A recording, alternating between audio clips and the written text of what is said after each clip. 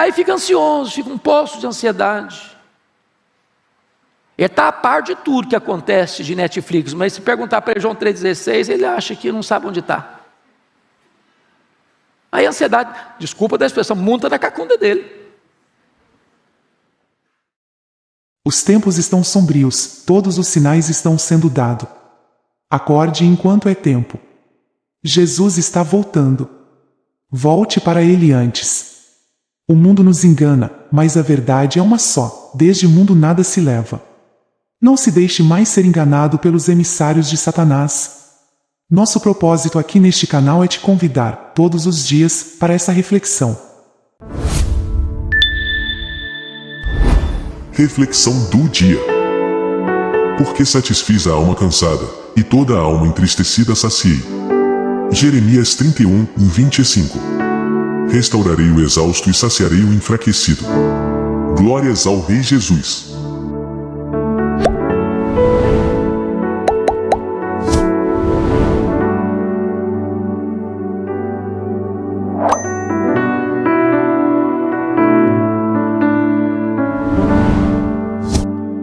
Meus amados, nós vamos abrir a palavra de Deus na carta do apóstolo Paulo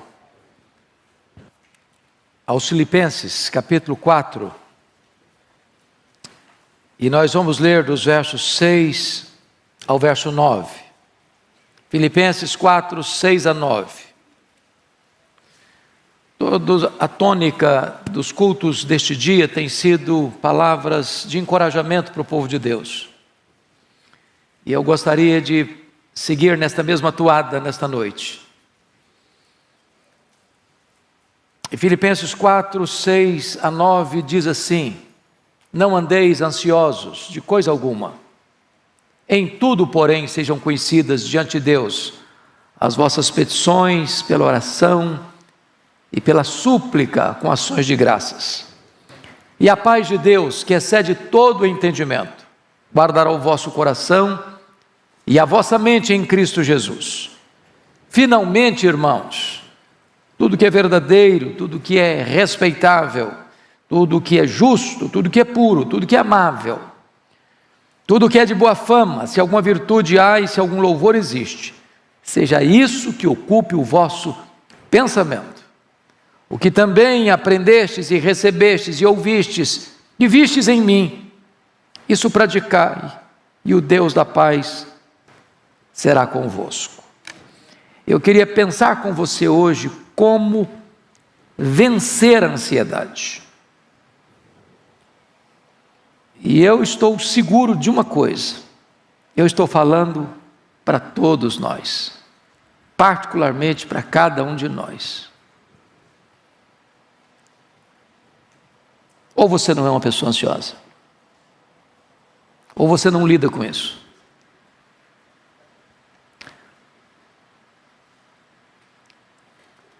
Os estudiosos dizem que 50% das pessoas que passam pelos hospitais, elas enfrentam problemas de ansiedade, ou são vítimas de doenças psicossomáticas.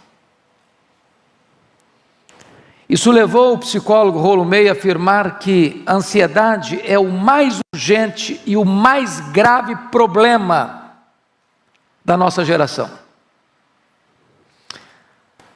Alguns chegam até a afirmar que a ansiedade é uma doença, a doença mais democrática do nosso século. A ansiedade não tem fronteiras, atinge pessoas de todos os credos, de todos os estratos sociais e de todas as faixas etárias. Atinge as crianças. Eu achei muito curioso. Estava pregando ontem em São Paulo e batia papo com uma criança muito alegre, muito extrovertida, muito desenvolvida. E aí ela disse assim: pastor, eu ando muito estressada.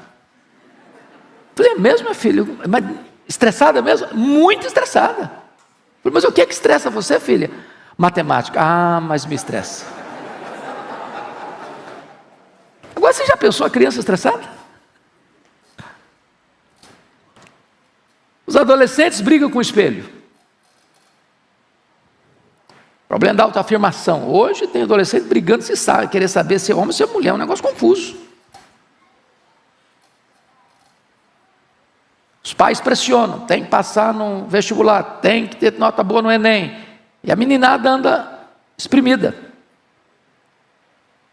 Os jovens estão preocupados, se casa, se não casa, quando casa, como casa, se tem casa, se vai poder manter a casa. Os casados querem saber se vão conseguir construir um patrimônio, porque afinal de contas, a sociedade cobra, a família cobra. Os que têm filhos precisam saber se consegue pagar a escola para o filho. Os mais velhos, se vai ter condições de pagar o plano de saúde. Se for ficar velhinho mesmo, se a família vai manter, cuidar, ou se vai botar no asilo. Todas essas coisas vão gerando ansiedade. Quando chegou março de 2020, o ano passado, eu estava na casa de um médico muito querido, e ele mapeou para mim um cenário muito cinzento da pandemia, que estava chegando. E eu confesso a vocês que eu andei alguns dias ansioso. Falei, meu Deus, eu tenho problema de respiração às vezes. Falei, se esse troço me pega, eu estou frito. E no comecinho eu andava, fazia caminhada de máscara. Falei, se eu pegar esse troço, eu estou frito. E o coronga me pegou na semana mais crítica da minha vida. Passei um pouco de aperto. Recebi o diagnóstico no domingo, na quinta-feira era o casamento da Mariana. Chorei um pouquinho, o Rival me deu umas broncas. Mas superei.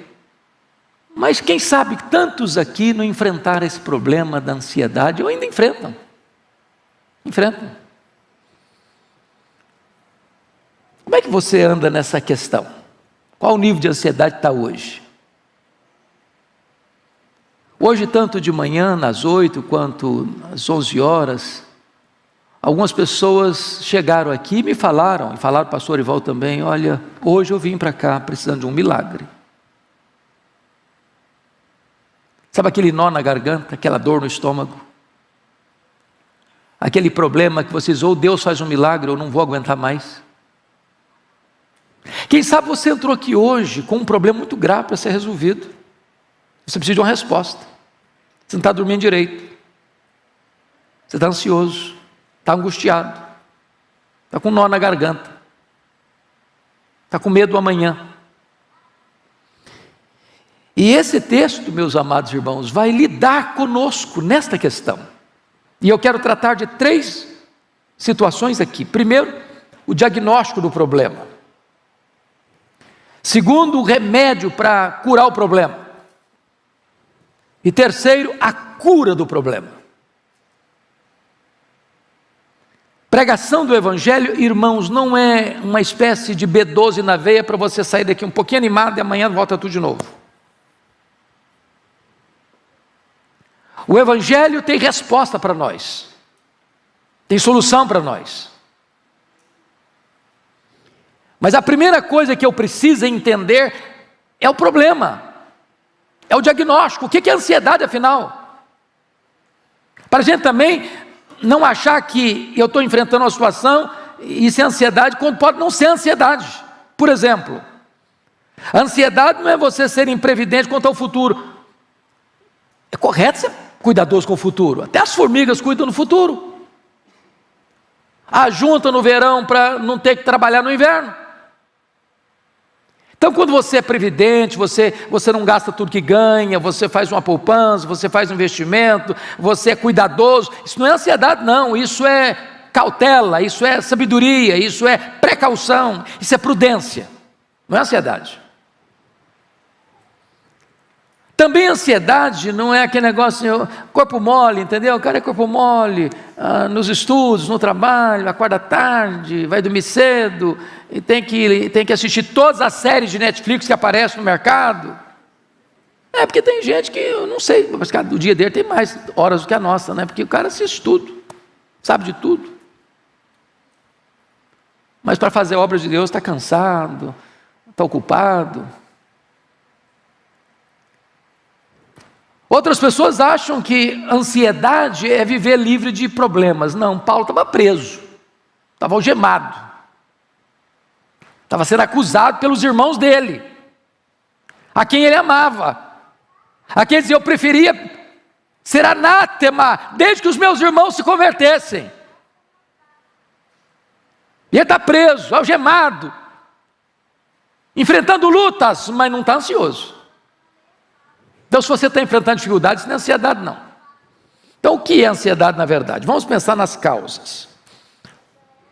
Quando eu leio esta carta aos Filipenses, a conclusão que eu chego é que toda carta lida com o problema da ansiedade.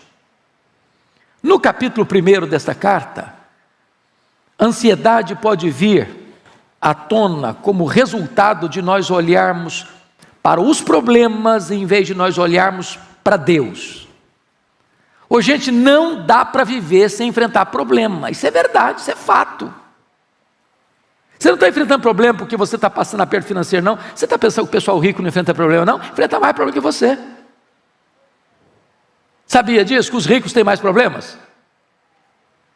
Alguém já disse que o cara mais feliz da vida é aquele que chega em casa cheirando graxa, toma um banho, come um bom prato de arroz com feijão e dorme a noite inteira bem dormida. Eu tenho um primo que tem muito dinheiro e eu disse: pastor Hernandes, o rico tem 2 problemas. Eu falei: é mesmo? Tem 2? Só 2? Eu falei: então quais são? Ele me disse: o primeiro problema é ganhar dinheiro, ganhar dinheiro, ganhar dinheiro, ganhar dinheiro, ganhar dinheiro, ganhar dinheiro. O segundo problema do rico é medo de perder dinheiro, medo de perder dinheiro, medo de perder dinheiro, medo de perder dinheiro. Ele vive nessa loucura a vida inteira. Então note você que quando você olha para os problemas, em vez de olhar para Deus, você pode ficar ansioso. Paulo estava preso, os problemas eram muitos, e ele diz em Filipenses 1,12 assim: meus irmãos, eu quero que vocês saibam que as coisas que me aconteceram têm antes contribuído para o progresso do Evangelho. Ele olhou para as circunstâncias da vida de uma maneira diferente. Ele não perguntou assim: como eu estou sofrendo com isso? A pergunta era: o que isso pode proporcionar para que eu aproveite mais para pregar o Evangelho? Como essa situação pode abrir caminhos para eu dar mais testemunho? Ele estava preso e a igreja olhou para ele e foi mais encorajada a pregar. Ele estava preso e ele evangelizou a guarda pretoriana. Ele estava preso e escreveu cartas. Então, quando você estiver passando por um problema, não olhe para o problema, olhe para as possibilidades que Deus coloca diante de você em virtude desses problemas. Se você está dentro de um hospital, aproveite para você falar de Jesus para as enfermeiras, para os técnicos de enfermagem, para os médicos que chegam. Se você está enfrentando uma luta lá na sua casa, lá na sua vizinhança, aproveite para falar de Jesus e saber como as pessoas podem enfrentar o problema e ainda assim confiar em Deus. Se você olhar para a circunstância como Pedro se naufraga, se você olhar para a circunstância como Geazi, você só vê os exércitos inimigos. Se você olhar para as circunstâncias como os 10 espias de Israel, você vai dizer: olha, a terra é boa, mas tem gigantes, não dá para nós, vamos ser engolidos. Tira os olhos das circunstâncias, olhe para o Deus que está no controle das circunstâncias.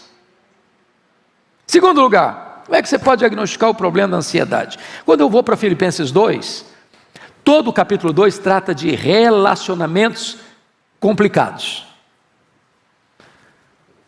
Que para nós, você tem algum problema de relacionamento dentro da sua casa? Está estressando alguma coisa lá? Convivência não está legal? Está batendo cabeça com seu cônjuge? Os filhos estão relacionando-se tranquilamente uns com os outros e com vocês?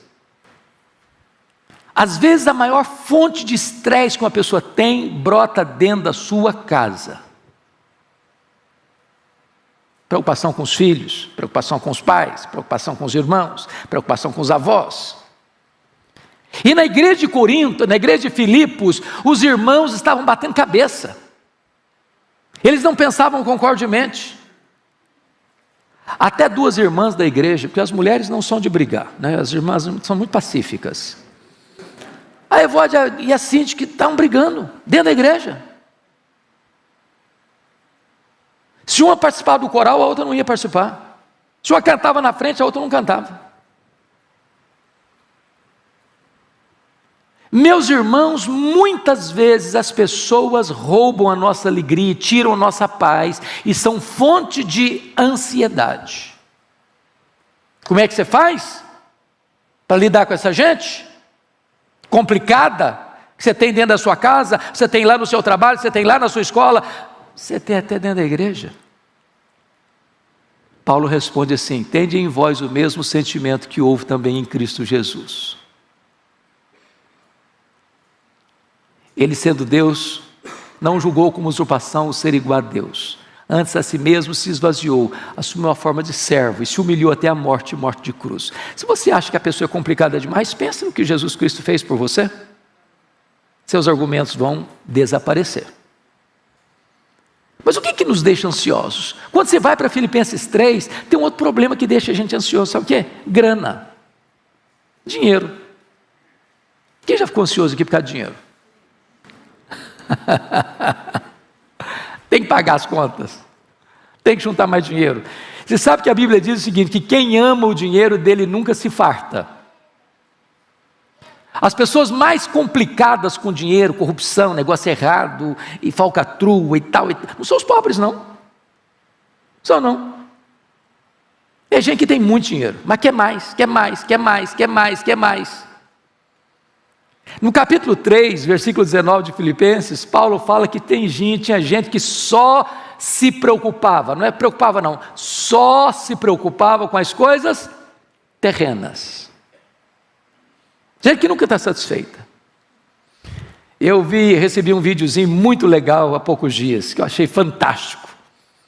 O camarada chegou num carrão, que é carrão assim, que custa mais de 400 mil. E aí ele está chegando assim, perto do aeroporto, que ia viajar, estacionar o carro dele, o colega dele, de aviãozinho particular, chiquésimo, custava milhões. Ficou infeliz. Infeliz. Aí chega de viagem, pega o carro dele, um colega dele encosta com um carrinho velho, fala: rapaz, o sonho da minha vida é ter um carro igual o seu. Aí o cara dirigindo um carro velho, lá vai o outro suado, de bicicleta, pedalando para o trabalho, fala: rapaz, o meu sonho é ter um carro igual o seu, porque eu ando de bicicleta. Aí o cara de bicicleta está pedalando, chega outro a pé, esbaforido: rapaz, o meu sonho é ter uma bicicleta, porque eu tenho que ir para pé para o meu trabalho. Aí o cara que está andando a pé, está reclamando, até que chega um de cadeira de roda. Falei: rapaz, eu queria tanto ter as pernas boas igual você, tem que andar numa cadeira de rodas. Moral da história? Não importa o que você tem, as pessoas, via de regras, estão insatisfeitas com o que elas têm. Se você não tiver um coração grato, você nunca vai estar feliz, e a ansiedade vai roubar a sua alegria. Bom, então vamos lá. Ainda no diagnóstico, na manifestação da ansiedade, tem duas coisas que eu preciso chamar a sua atenção. Porque ela pode vir com relação ao passado como culpa. E no Filipenses 3,13, pensa comigo no Paulo. Quem era Paulo? Antes da conversão dele, ele era um assassino. Mandava matar crente. Dava o voto para matar crente. E ele não matou pouco crente, não. Está escrito lá na Bíblia. Atos 26, versículo 10, que ele encerrou muitos santos em prisões, muitos, não poucos, muitos santos em prisões, e contra esses muitos dava o seu voto quando os matavam. Agora o cara é convertido.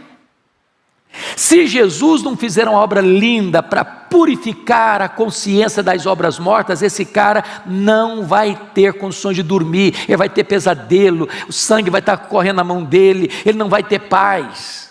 Quantos crentes que hoje vivem ansiosos, irmãos, porque nunca resolveram o passado, nunca resolveram os dramas do passado, nunca resolveram as feridas emocionais do passado, nunca resolveram os traumas do passado, gente que foi abusada na infância, que nunca superou isso, gente que tem culpa. Essa semana eu peguei um livro para ler, curiosíssimo, pastor Ivan, um livro fantástico. O título do livro é O Mestre das Perguntas, livraço. E o autor começa dizendo da culpa que o assolou, porque ele era um filho assim, adolescente rebelde, sabe, que a mãe tinha que dar bronca todo dia, a mãe falou, meu filho, você vai me matar um dia, e aí de repente a mãe morre, menina adolescente, pronto, carregou a vida inteira essa culpa, eu matei minha mãe.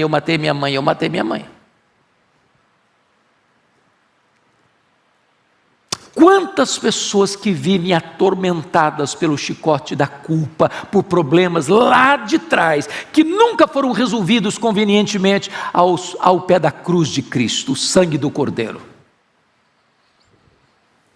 Certa feita eu fui aconselhado a pedido para orar por uma senhora, tinha 80 anos, e o filho me disse assim, pastor, o senhor pode visitar minha mãe? Eu falei, posso. Falei, mas por que você quer que eu visite a sua mãe? Ele me disse, a minha mãe é uma mulher triste, cronicamente triste, angustiada. Já levamos em médico, já levamos em psicólogo, já levamos em psiquiatra, já fizemos exames, já tomou todo tipo de remédio, nada resolve o problema dela. Disse, então vou lá. Cheguei, aquela mulher com um semblante abatido, olhar distante. Comecei a conversar com ela, Deus foi dando graça na conversa. Lá pelas tantas ela disse assim, eu quero ficar sozinha com o pastor. Quando eu fiquei sozinho com ela, ela me olhou nos olhos e me disse assim, pastor, eu sofro há 60 anos. Eu falei, o que foi, filha? Ela me disse, eu traí meu noivo. Ele nunca ficou sabendo. Eu me casei com ele, vivi muitos anos casada, já sou viúva há muitos anos, mas esse pecado está tão vivo na minha memória como se eu tivesse cometido hoje de manhã. Eu não tenho paz, eu vivo debaixo de um tormento, eu vivo numa masmorra, eu vivo debaixo do chicote da culpa. Quantas pessoas assim, irmãos? Eu falei para ela da graça, eu falei para ela do sangue do Cordeiro, eu falei para ela do perdão de Deus. Naquele dia aquela mulher se rendeu a Cristo, foi liberta, curada, restaurada, a alegria voltou na sua face. Eu discipulei essa mulher, batizei essa mulher e convivi com ela na igreja há mais de 10 anos, até o Senhor levá-la para a sua presença. Gente que precisa resolver o passado.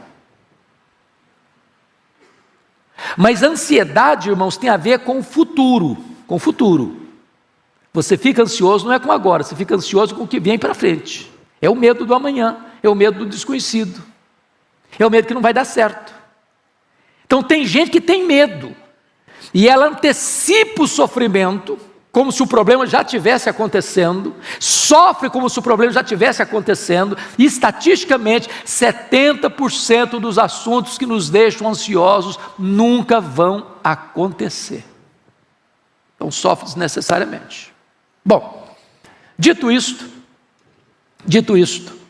eu gostaria que agora nós pudéssemos olhar essa questão da realidade, o resultado que a ansiedade produz negativamente na sua vida, tanto em reações físicas, como reações psicológicas, como reações espirituais. A palavra ansiedade na língua grega significa estrangulamento, ou puxar em direção oposta, como se você botasse uma corda no pescoço de alguém, e duas pessoas puxando em direção oposta. É estrangular, estrangula suas emoções.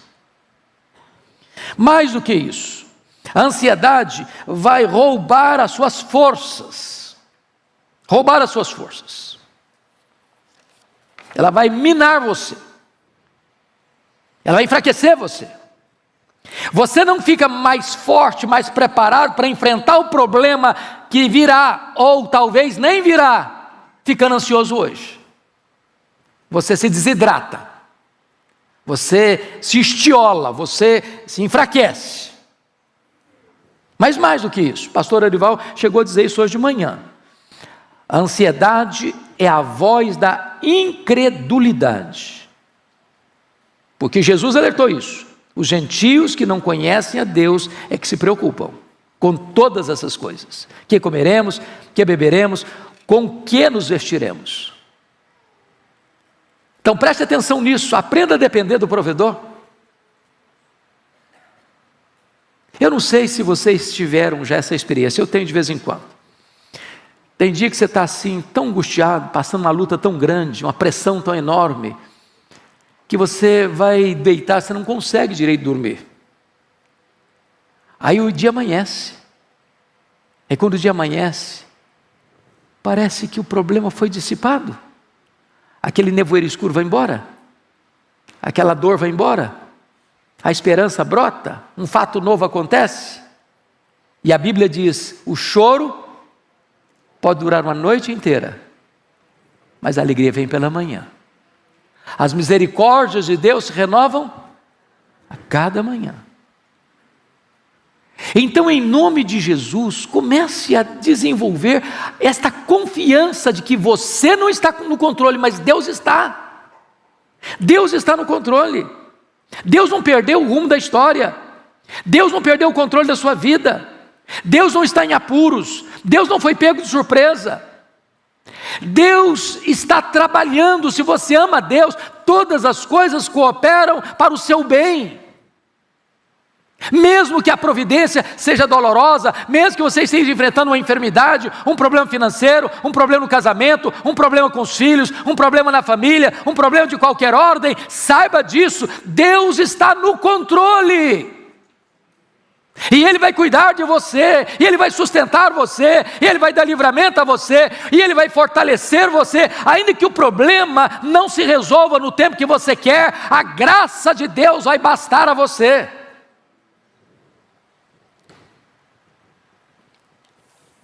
Então, isso me lembra o que George Miller, que foi um dos homens mais destacados de oração que a história conheceu, ele disse o seguinte: o começo da ansiedade é o fim da fé.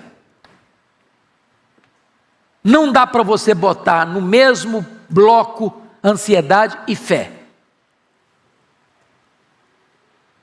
Agora, como é que você tem fé? Porque às vezes a pessoa está querendo desenvolver uma vida espiritual mais robusta, mas ele só entulha a mente dele, o coração dele com coisa ruim. Ele passa de um canal para o outro, na televisão, no zap, e passa o dia inteiro assistindo só coisa ruim. Agora, você quer fé? Comece a ler a Bíblia. Comece a conhecer as promessas de Deus. Comece a alimentar a sua mente com coisa boa, para que você possa encontrar resposta, solução para o problema da ansiedade. Qual a resposta de Paulo aqui? Não andeis ansiosos de coisa alguma. Isso é ansiedade, isso é o diagnóstico. Vamos então para a questão do remédio que ele vai usar. Ele diz: não andeis ansiosos de coisa alguma, em tudo, porém, sejam conhecidos diante de Deus as vossas petições, pela oração e pela súplica, com ações de graça. Eu chamo a sua atenção para um ponto muito importante aqui. Muito importante aqui. Quando Paulo diz: em tudo, porém, sejam conhecidas diante de Deus as vossas petições, pela oração e pela súplica, com ações de graças, parece que ele está falando de 4 coisas, mas não está. Ele está falando de 3 coisas. A palavra oração aí é a mesma palavra para adoração. Então Paulo está falando de adoração, de petição e de ações de graças. Eu não sei se você já fez uma distinção clara na sua mente entre o que é adorar a Deus e o que é agradecer a Deus. A gente confunde isso. Você adora a Deus por quem Deus é, e você dá graças a Deus por aquilo que Deus faz. E você suplica a Deus porque Ele é seu Pai. Então quando você lida, como é que você lida com ansiedade? Você lida com ansiedade quando você começa a adorar a Deus. E para você adorar a Deus, você precisa saber quem Deus é. E você precisa entender que esse Deus é autoexistente, que Ele é infinito, que Ele é imenso, que Ele é eterno, que Ele é imutável, que Ele é onipotente, que Ele é onipresente, que Ele é onisciente, que Ele é transcendente, que Ele é soberano, que Ele está no controle do universo, Ele está no controle da igreja, Ele está no controle da sua família e da sua vida. No momento que você compreende isso, já começa a acalmar o seu coração. Quando você começa a entender a majestade de Deus, quão grande Ele é, quão magnífico Ele é, quão poderoso Ele é, quão extraordinário Ele é, como Ele está sentado no trono, como Ele é glorioso em suas obras, como Ele é perfeito em seus atributos, é aquele Deus soberano que mede as águas na concha da sua mão, que pesa o pó das montanhas em balança de precisão, que mede os céus a palmos, que espalha as estrelas no firmamento, e por ser forte em força e grande em poder, quando as chama pelo nome, nenhuma só delas vem a faltar. Quando Ele olha para as grandes nações da terra e considera todas elas como um balde um pingo que cai num balde, como um pó numa balança de precisão, o seu coração começa a se acalmar. Quão grande é o seu Deus? Quão magnífico Ele é? Paulo diz, se você adorar a Deus, você vai vencer a ansiedade. Mas você vai dar graças. Ô gente, via de regra, a nossa memória é curta para lembrar o que Deus tem feito. A gente é grato, só um pouquinho assim, ó. O que você tem para agradecer a Deus? Você está vivo. Gente melhor que você já se foi. Se você veio para cá, você tem pernas para andar. Quanto vale as suas pernas? Se você está enxergando, você tem visão, quanto vale os seus olhos? Se você está ouvindo, você tem ouvidos, quanto vale a sua audição? Quanto vale a sua vida? Quanto vale a sua liberdade? Quanto vale a sua família? Quanto vale os seus amigos? Quanto vale a sua igreja? Quanto vale a sua salvação? Pare de olhar a vida com óculos escuros, para de reclamar, para de murmurar, para de olhar para a vida só com pessimismo, com negatividade. Para de reclamar do que você é, do que você tem, da família que você tem, da casa que você mora, do apartamento que você mora, do carro que você anda, do emprego que você tem, do cônjuge que você tem, dos pais que você tem, dos filhos que você tem, dos vizinhos que você tem. Passa a dar graças a Deus. Tem tanta coisa boa acontecendo. Paulo está dizendo o seguinte: quando você tem um coração grato, não tem espaço nesse coração para ansiedade. Mas terceiro, Paulo diz que você cura a ansiedade quando você apresenta a Deus as suas súplicas. Gente, nós não falamos com ídolo, nós não falamos com um Deus distante do deísmo, nós não falamos para o ídolo morto do misticismo sincrético, nós falamos com aquele Deus que você pode chamar de Abba Pai, aquele Deus que é o Deus e Pai de toda a consolação. Você fala com aquele que tem abençoado você com toda a sorte de bênção espiritual nas regiões celestes em Cristo Jesus. Você fala com aquele Pai que amou você desde a fundação do mundo e enviou Jesus por amor a você para morrer pelos seus pecados, para dar a você a vida eterna. Você está pedindo àquele Pai que adotou você na família dele.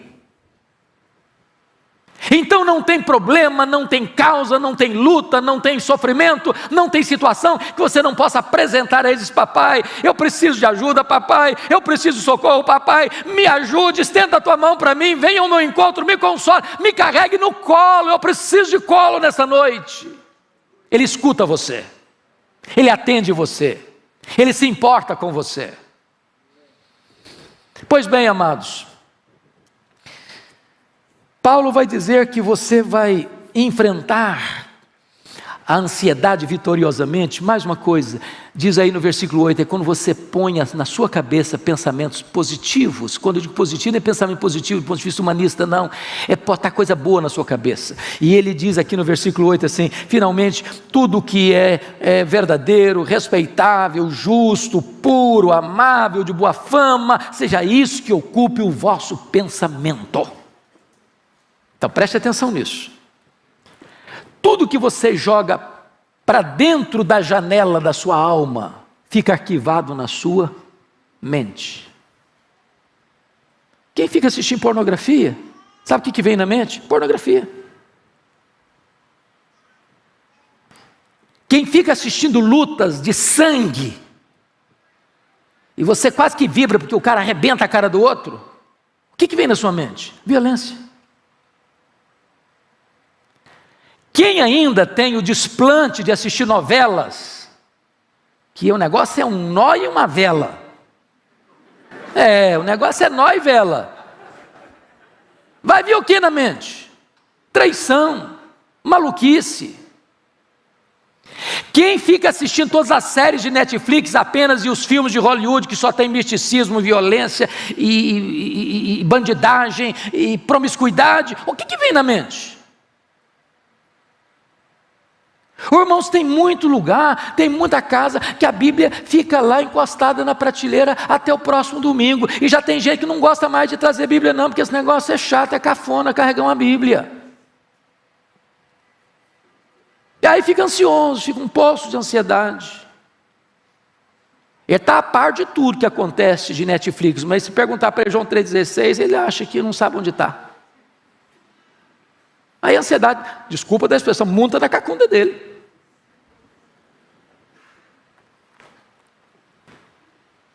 Como é que você resolve isso? Paulo vai um pouquinho além e diz o seguinte, versículo 9. Olha, meus irmãos, tudo que vocês, olha aí comigo, Filipenses 3, 4, 19, 4, 9, olha aí. Ele diz assim, e o que aprendesse, e recebesse, e ouvisse, e visse em mim, isso praticai.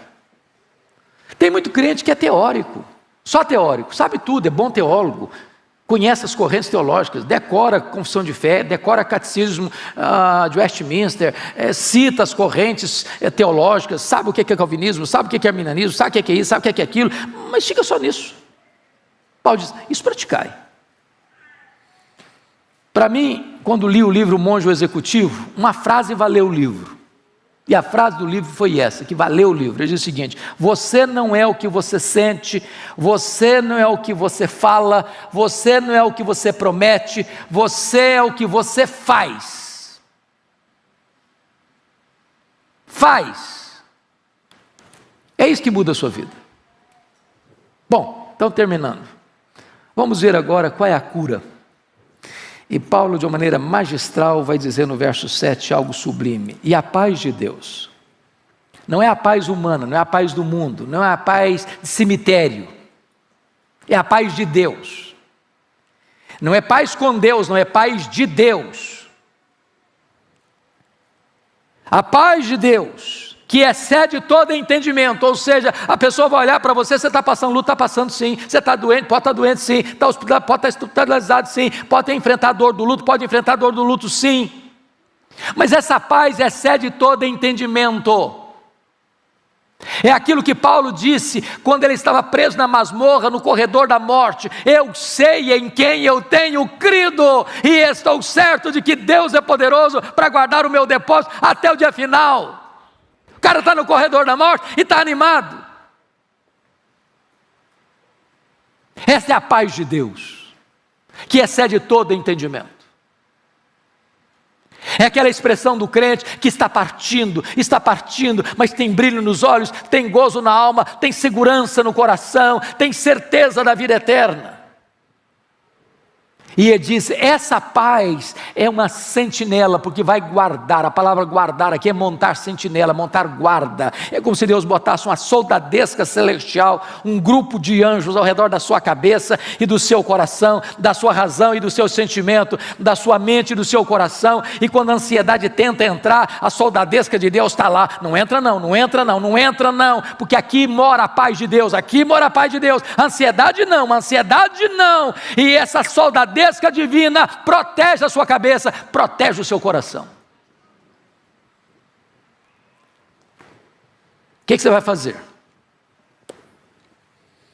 Quando estou ansioso,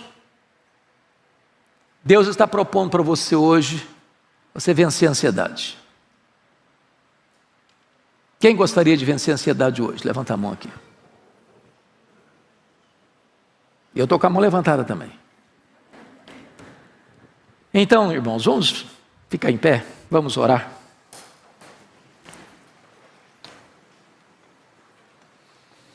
Vamos pedir a Deus graça. Agora, é preciso tomar uma atitude. O que você vai fazer para mudar esse cenário? Deixa eu fazer um diagnóstico simples aqui.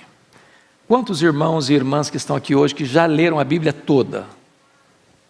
A Bíblia toda. Ok. Quantos irmãos gostariam de dizer, Deus, eu quero ler a Bíblia toda. Nós estamos hoje no dia 12 de setembro. Daqui a um ano eu vou te dar tempo demais. Mas quem gostaria de falar, Deus, eu quero ler a Bíblia toda até 12 de setembro de 2022. Quem gostaria de dizer, Deus, me ajuda a fazer isso? Bendito seja Deus. Terceira coisa que eu gostaria de sugerir a você. Tire meia hora do seu tempo. Você vai saber qual a melhor hora para você ler um capítulo, pelo menos, da Bíblia e orar todo dia. Isso vai mudar a sua vida. Isso vai mudar a sua história. Você vai repaginar sua mente, você vai reprogramar seu coração. E de repente, aquelas lutas que você tem lá no coração vão sendo dissipadas e a vitória de Deus vai chegando e a paz de Deus vai inundando o seu coração. Meus amigos e irmãos, as coisas mundanas às vezes nos faz sentir que estamos vivendo um mundo de felicidades. Não nos deixam enxergar a realidade e ainda nos mantém na escuridão. É preciso que alguém nos chame a atenção dessas coisas, que nos faça acordar para a verdadeira vida, vida essa, com Jesus. O momento de despertar é agora. Pare agora e pense nisso.